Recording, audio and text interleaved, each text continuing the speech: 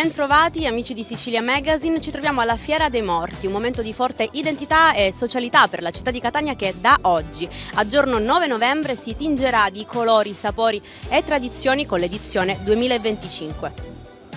L'area del parcheggio di Via Forcile, ex mercato ortofrutticolo, ospiterà questo evento storico che unisce la commemorazione dei defunti e la solennità di ogni istanti ad un grande momento di festa popolare. Quest'anno la fiera ospiterà più di 150 stand e avremo a disposizione per i più piccoli di un'ampia area gioco.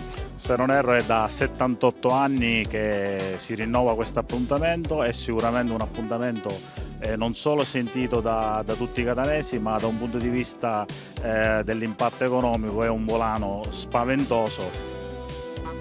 Allora, da parte mia è tutta la fiera bellissima, il mio luogo è tutta la fiera perché è una cosa bella di tutti gli anni. Però c'è il parco giochi, quello per i bambini, che è bellissimo perché vedere i bambini che giocano, che si divertono è una cosa bella, penso, per tutti.